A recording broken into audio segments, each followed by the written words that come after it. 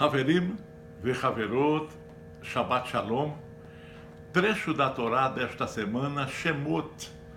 Shemot, nós estamos iniciando o segundo livro da Torá, chamado Shemot, e traduzido como Êxodos.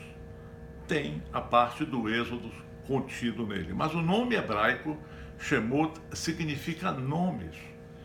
A gente vai ver que o patriarca Jacó, ele fez uma advertência importante, né, no final já da vida dele. Ele disse que sejam chamados neles, nas futuras gerações de Israel, o meu nome e o nome de meus pais. Então o nome conservou em uma grande parte a história e a personalidade do povo de Israel. Um nome pode simbolizar justamente essa personalidade do seu portador, as aspirações, as orientações daqueles que deram esse nome. Então, falam nossos sábios que os filhos de Israel ficaram no Egito, mas entenderam as recomendações de Jacó, cresceram, se multiplicaram, mas mantiveram seus nomes, suas tradições, mesmo depois da dura escravidão. A gente sabe, logo lendo no trecho, que com essa multiplicação dos filhos de Israel, o novo faraó, que não conhecia, entre aspas, a história de José, tudo que ele fez pelo Egito, é impossível, né? Um rei, um governante não sabia a história anterior de seu país, mas não importa. Ele resolveu destruir os filhos de Israel. Ele foi avisado pelos astrólogos. O Redentor de Israel era um povo grande. O Redentor viria das águas. Isso é porque as águas. A gente fica pensando, né? Primeiro pediu para as parteiras, que acabaram não matando os filhos homens, mas depois ele colocou na água. Não podia ter uma forma mais fácil, não.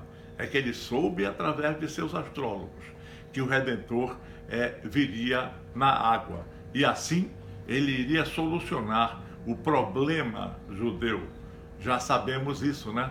O problema judeu, quando superestimam o povo judeu, quando querem colocar a culpa, e no século passado a história recente nos mostra bem claramente isso, né? Conspirações, o povo judeu estava sempre com um problema que teria que ser solucionado. Essa questão das águas vem uma ironia, né? Moshe Rabbeinu foi salvo por Bate, a filha do faraó, e ela deu o nome de Moshe. Moshe vem assim, Kiminashamai Mishitihu, porque foste salvo das águas. Esse nome foi dado pela filha do faraó. Os nossos sábios ensinam que o nome inicial de Moisés deveria ser Yekutiel. Yekutiel, mas não, ficou valendo o nome de Moshe, que foi salvo das águas. Eu queria lembrar aqui uma passagem há muitos e muitos anos do grande Rabi Abraham Ramu, Zichrono Libraha, ainda lá em Belém, novo. Teve um episódio muito sério, um jovem da comunidade se perdeu naquelas águas do mar de Salinas.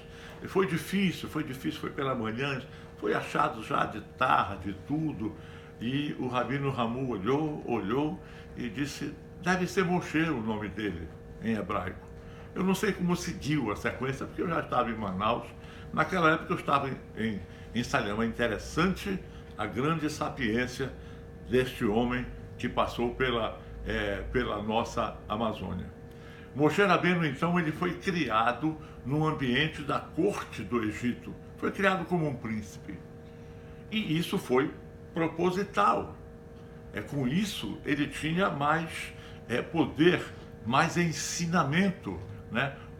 Um egípcio, um escravo hebreu, ele não teria a força, né?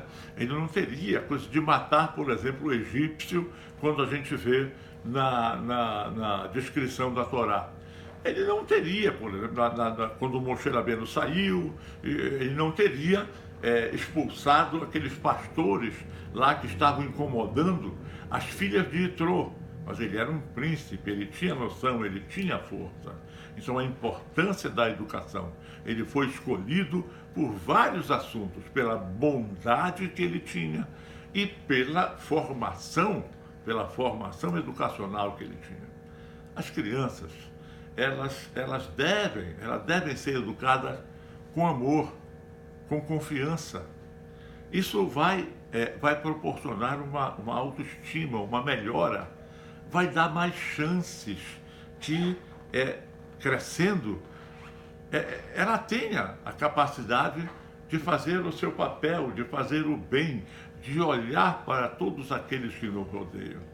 Então, Shemot, vamos ler o texto completo da Perashá, os nomes, e nós precisamos ficar conscientes que a ascendência judaica, entender de onde nós viemos, esse pode ser um efetivo antídoto contra a assimilação cultural ou mesmo física.